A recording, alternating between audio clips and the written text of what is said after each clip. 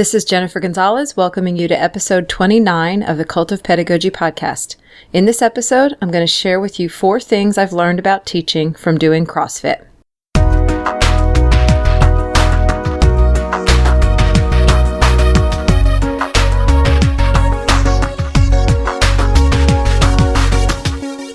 If you are not a person who's naturally interested in fitness or gyms or talking about workouts, you may not have even pressed play on this episode, but if you're here, I will just ask you to stick with me on this for a couple of minutes because I am definitely making strong connections to education and teaching. So thank you. Thank you for bearing with me because this is something I've been thinking about doing a podcast on for a while. And, I thought, I don't know if everybody who listens to me is going to be that interested in me talking about exercise, and certainly not this specific type called CrossFit, but just I'm going to explain some stuff, and I'm going to mostly be talking about how we can use this stuff for the classroom.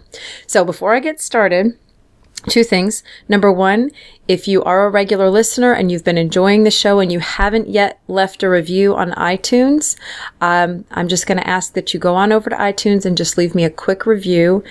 The number of reviews that a podcast gets, it helps it to get more visibility, basically. iTunes shows it to more people, the more positive reviews it gets. So if you have a few minutes, I would really, really appreciate you doing that. The way that you can get there, if you're listening to this in some other format, would be to just go to cultofpedagogy.com/pod. And there is a button underneath my picture that says iTunes. Just click on that and it'll take you over and you should be able to write a review from there. Okay, the second thing is, I just wanted to make another quick announcement about my book, Hacking Education, 10 Quick Fixes for Every School. This is a book I wrote this summer with my friend Mark Barnes, and the book itself has done very well, but now it's available on audio, and I thought that podcast listeners would appreciate an audio version of a book. So if you go over to Amazon and look up the book, Hacking Education, 10 Quick Fixes for Every School, you will now see an option for audio. And Audible, the company that distributes audiobooks, is actually offering a 30-day free trial, which you can also get the book for free if you sign up for that. So that's a really great offer, and so you may want to just go check that out. Okay, so this past summer, my husband asked me to go to a CrossFit gym with him. He was looking for something different. He wanted something that would motivate him to exercise more. And he had heard about CrossFit and he thought it sounded like a good idea. So he asked if I would go to him to this newbie night. And I did not want to do it. I had other things to do, but I just thought, well, fine, I'll just go with him and it'll just be a one-time thing. So, the night that we went, we pulled up to the gym, which they actually call it a box in CrossFit. And I just became more skeptical as we pulled up. It just looked kind of like a garage, basically. It was very plain. It had a black rubber floor, and you could smell the rubber floor. And even when I looked around, it didn't even look like a gym. There were ropes and things hanging from the wall. There were sort of like bars that were bolted to the wall. And there were a few people working out. But for the most part, everybody was just sort of hanging around and everybody was drinking coffee. And I just thought, this doesn't even feel like a place to work out. So I just thought, fine, I will just politely tolerate whatever we do tonight. And then that's it. I did not think it was ever going to be a place I would call home. So fast forward 3 months and I am completely in love with this place. I have canceled my other gym membership. And I am thrilled by how strong I feel. I'm more motivated to exercise than I ever have been. I am just definitely a huge, huge fan of this exercise craze, I guess people call it, called CrossFit. And here's the irony. I kind of suck at it. If you compare what I can do to what the more experienced people can do in CrossFit, in the gym that we go to, there is no contest. I am absolutely in the lower tier of students. I use lighter weights, I do fewer reps, I need more breaks, and I take longer to do just about everything. And here's what's great about that. For the first time, I understand what it feels like to be a struggling student. At any other time in my life, I've always been a good student. I knew how to do school. I knew how to get good grades. And now I'm on the low end of things. But because of the way CrossFit is structured, I keep trying and I have no plans to stop. I am just super motivated to keep going. So because I look at things all the time through the lens of education, I have noticed quite a few things about the way they do CrossFit that have direct connections to teaching. And mostly I'm noticing them because I'm at the bottom of the class. So what I'm going to do is talk about 4 things that I've learned about teaching that I think we can actually apply in the classroom. I'm going to talk about the way they do things at CrossFit, and then the way I think we can take those same approaches and bring them into the classroom. So number 1 is student choice plus well-crafted options equals powerful differentiation. Every time I show up in the gym, I look to a huge blackboard for the workout of the day. They call this in CrossFit the WOD, workout of the day, the WOD. The WOD is a list of whatever exercises we're going to do that day, how many reps we're going to do, for how long, and so on. On most days, the WOD is not by itself, though. Beside it, there's usually some extra information with the title JV, and this is a description of the modifications we can make to our workouts if the prescribed workout is too difficult. And in most every case, it is way too hard for me. Usually, these modifications involve scaling down the weight we use or reducing the number of reps we have to do. And if the JV version is too hard, they often offer a frosh version that is scaled down even further. So suppose the WOD includes an overhead press with a barbell. This is just lifting a bar over your head. The prescribed weight for women might be 90 pounds for doing this. The scaled weight might be 70 pounds. But when I first tried it, all I could lift for any length of time, I could do a little bit heavier weights once or twice, but if we had to do multiple presses, the most I could do was the 25-pound barbell by itself with no weights on it. And if you actually go to this post, if you go to cultofpedagogy.com/pod and click on episode 29, you will see the article that I wrote for this, and you will see a picture of me with that barbell over my head looking like I am totally straining. Okay, so here's the most important thing about these modifications. We are never assigned these modifications. Modifying our workout is our decision every time. So on some days, I will look at the WOD and I will know for sure that I need to make a lot of modifications. On other days, I look at the WOD and think I'm going to go for it today. Sometimes I get partway through and think, never mind, I'm not going to do it. But other times I nearly get there, and those days are golden. Also, no one ever makes you feel crappy about scaling down. People were cheering me on with those little barbell presses. It didn't feel condescending either, just supportive. I knew they had all been beginners once too. So here is the classroom application for this. So this principle that I'm taking from CrossFit is student choice plus well-crafted options equals powerful differentiation, okay? Whenever possible as a teacher, we should tier our assignments, T-I-E-R. And if you have never heard of a tiered assignment, here is what it is. It's basically kind of similar to this WOD with modifications.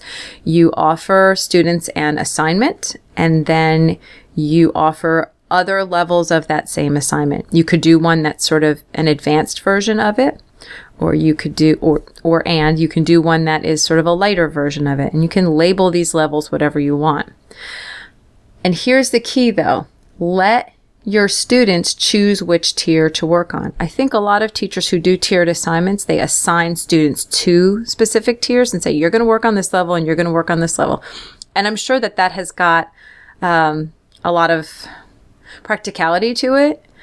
And, I'd be interested to hear from people who use tiered assignments in different ways. But at the gym, what really works for me is the fact that I get to decide for myself which one I want to try. And that's really motivating.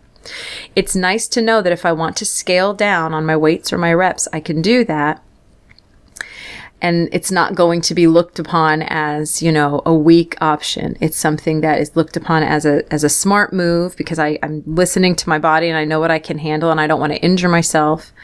But there's always this sort of light pressure to try harder. If I can do a certain level easily enough, then my coaches are going to say to me, see if you can push it a little bit harder now. See if you can just attempt the next level. Even if you can't do all of it, see if you can add just a teeny bit more weight.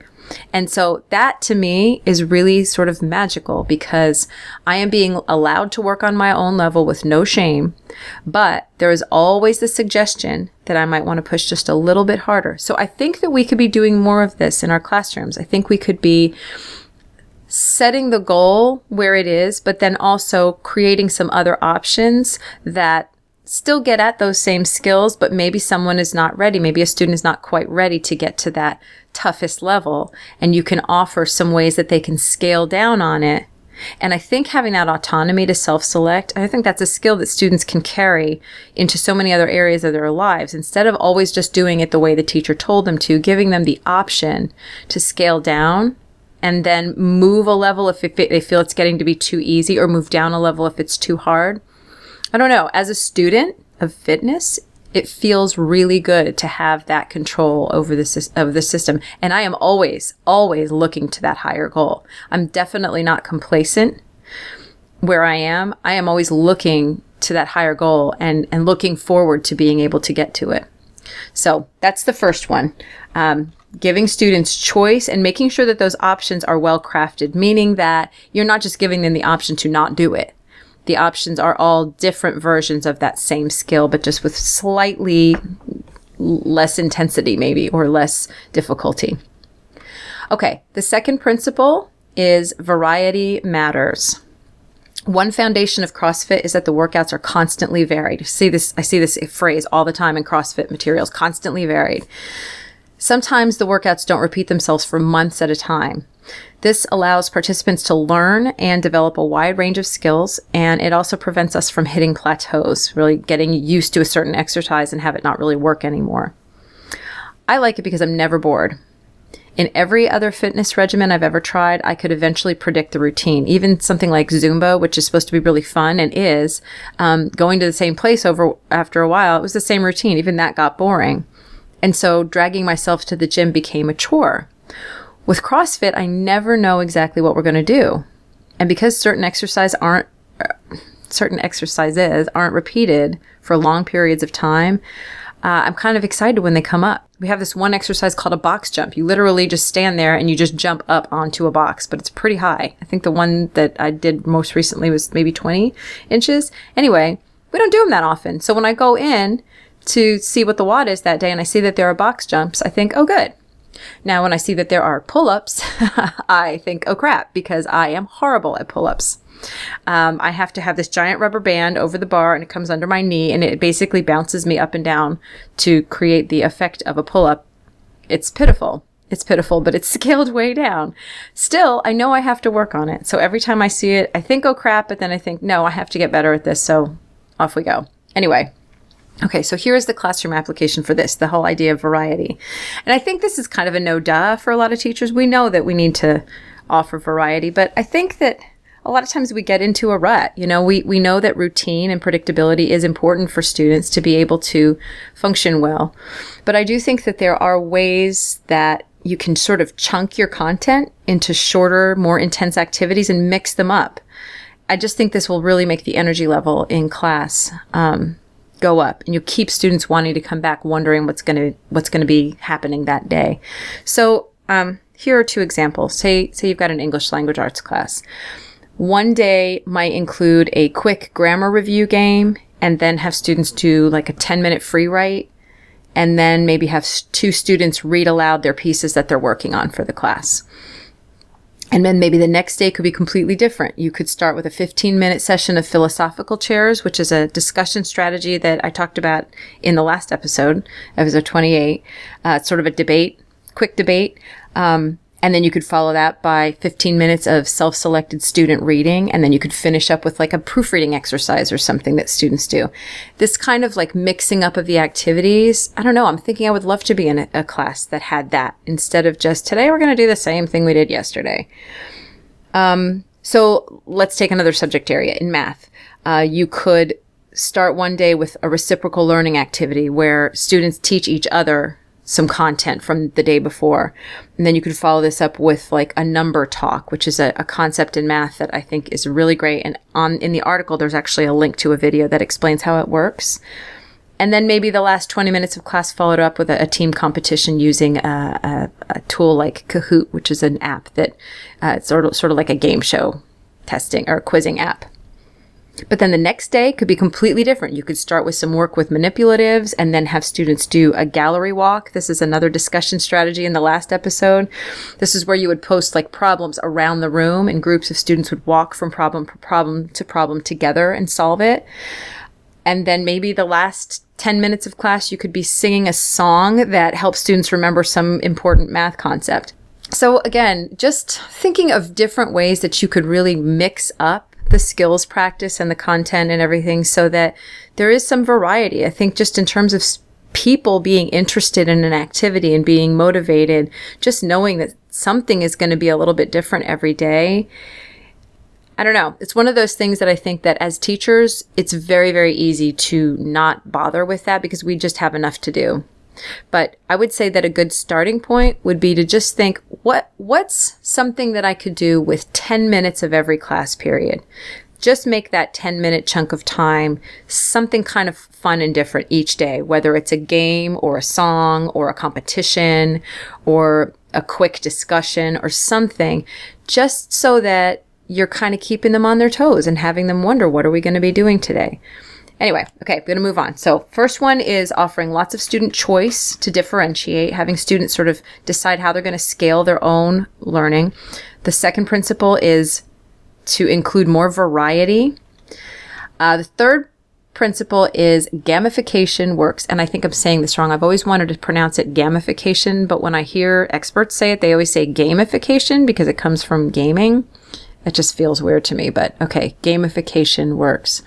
Our gym encourages us to use this app called SugarWOD, where we actually record our stats for every workout. So, for example, earlier this week, we had to do 5 rounds of this thing called thrusters, which again is sort of an overhead press. I swear we do a lot of other things besides pressing things over our heads, but each round we were supposed to add a little bit more weight. So we basically had 5 numbers that we had to record. So as soon as I was done, I went into SugarWOD and I recorded my information. And on the post here, I've actually included a screenshot. And it just shows that I did, the first round I did 45 pounds, then 50, then 55, stayed at 55 for the next round, and then went to 60 pounds. And just the act of entering my numbers in this app is satisfying. It's motivating. It makes me want to finish the workout just so that I can put my numbers into the app. And then what's really great is that I can go to another part of the app and check the leaderboard to see how everybody else did that day on the same workout, because we all do the same workout every day. And even though I'm almost always at the bottom of the list, I don't know. It gives me something to work toward. I suppose if it was more based on sort of academic skill, it might be a little bit more harmful towards self-esteem, but for me, it's motivating. And partly that's because the people who are ahead of me, a lot of them aren't that far ahead of me, do you know? So it seems more attainable.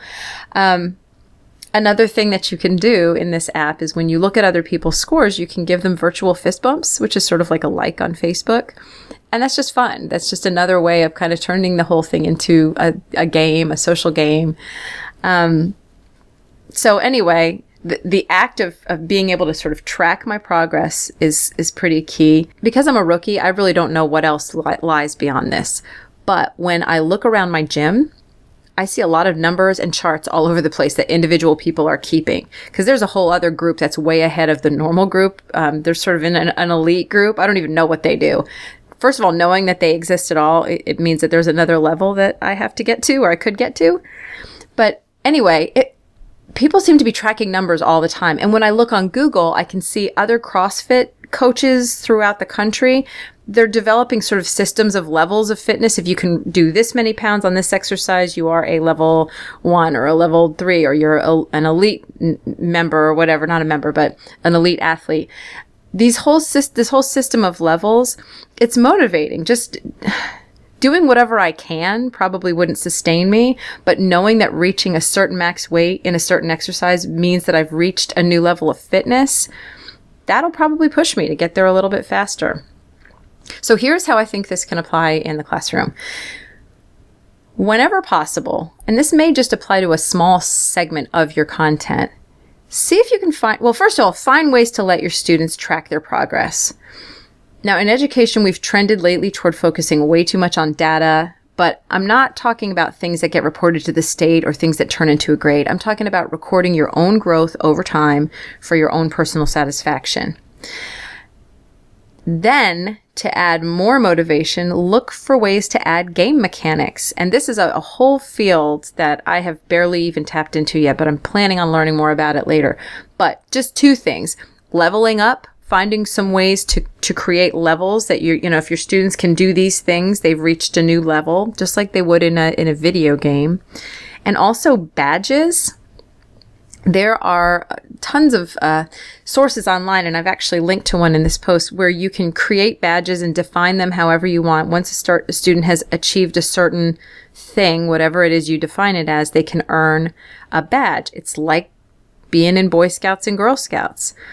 And people who research this are finding that this really works to motivate students. It's different from grading and that sort of thing. These are just sort of accomplishments, and knowing that those things are out there and they're clearly defined, it gets students up to new levels of achievement.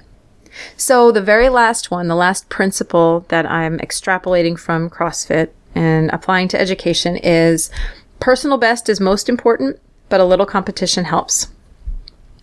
So beating my own personal record is satisfying, but one of the reasons CrossFit works so well for me is the fact that they have us do our workouts in groups. In a lot of cases, we're timed too. And this is a huge motivator for me. If somebody told me I had to run 1 mile by myself and record my time, I would want to beat my previous time. Yes, but you put me in a group of people to run, now there's peer pressure, and that pushes me harder. Because so many people at my gym are so far ahead of me, I definitely don't kid myself into thinking I'm going to beat their time. But I sure as heck don't want to be crossing the finish line way, way behind them. Ultimately, doing the work with people who are better than me makes me work harder. Here's the thing though. If every single person could run laps around me, and if there was no chance I was ever going to come anywhere close to their time, that would probably cause my motivation to fall apart. If I knew that I was completely out of my league, it would make me cut myself way more slack than I should. I would sort of, give up, basically. So I think, competing a little bit, it's motivating. So here's how we can apply this to the classroom. If you can build in some opportunities into your instruction for healthy competition, you may motivate kids that were not motivated before. So you can do this with team challenges, individual challenges. You can do competitions for time, or maybe the number of items completed in a certain amount of time. I think all of these things can motivate kids. But I don't know if this type of competition is right for everyone. In a different podcast, I talked about timed math tests, and I found some research about the intense level of anxiety that some kids can feel with timed tests. So I'm thinking that the best way to make these kinds of competitions most effective and most motivating is to make them voluntary. Just see who thinks they can get the best time in this, whatever it is, or who thinks they can complete the most number of problems in 2 minutes. And only invite the kids who want that challenge, instead of putting the struggling kids up for public embarrassment if they're the last ones. Or maybe only have kids compete against kids who they think they have a shot of beating. So you may want to have students choose somebody to compete against. You find a partner who you think you can beat. And then, I think it's when it's more voluntary, it can be a lot less damaging and more fun and more motivating. And definitely don't tie a grade to it or anything like that. This is just about the satisfaction of winning, and not only just winning, but of trying to win. Because anytime I'm trying to beat somebody else, I work harder. So that's the last of the 4 principles. So as just a quick review, the first one is that if we provide students more choice in terms of what level they believe they should be working on, we can motivate them better then, but always be pushing them a little bit to see if they can try to bump themselves up a level. Number 2 is variety matters. See if we can make every day in our classroom a little bit unpredictable, a little bit, of a surprise. by mixing up the skills that we're having them practice. Number 3, gamification works, and there are a lot of gamification principles that do work, but the ones that I'm noticing the most with CrossFit is keeping track of personal progress, leaderboards, and also, being aware of certain levels that you would like to try to reach, and trying to find ways to break your content up so that students are actually trying to reach new levels. And then the very last one is personal best is important, but a little competition helps. So finding some ways to build a little bit of competition into your classroom. And if you find that having everybody do it isn't really working well, then maybe just make it a voluntary competition to see who thinks they can beat somebody else in it. I find that it's easy to draw parallels between fitness and education. Achieving either one is a really complex task, especially if you're trying to help lots of people from different backgrounds get great results. All you have to do is watch late night TV or open your spam folder, and you'll find lots of proof that plenty of us still haven't figured out how to maintain a healthy body. And on the parallel side of that one, no one has figured out the answer of how to effectively educate all of our students. These are both big, complex problems. CrossFit as an exercise trend or approach, it's really, really growing in popularity. I think that fact alone makes it worthy of some attention to see what methods they're using and how they're motivating so many people, and what can we do to apply some of those methods to the classroom. As somebody who is a struggling student in this area, I'm finding that it definitely works for me. And so I'm finding some answers in CrossFit, and I hope that these have helped you too. To find all the resources that I mentioned in this podcast, I talked about a couple of articles that I linked to, and there's also a picture of me lifting a whopping 25 pounds over my head. Go to cultofpedagogy.com/pod and click on episode 29. You'll be taken to the full article. And while you're there, check out all the other stuff I have on my website to make your teaching better and more fun, and more effective, and just better. Thanks for listening, and have a great day.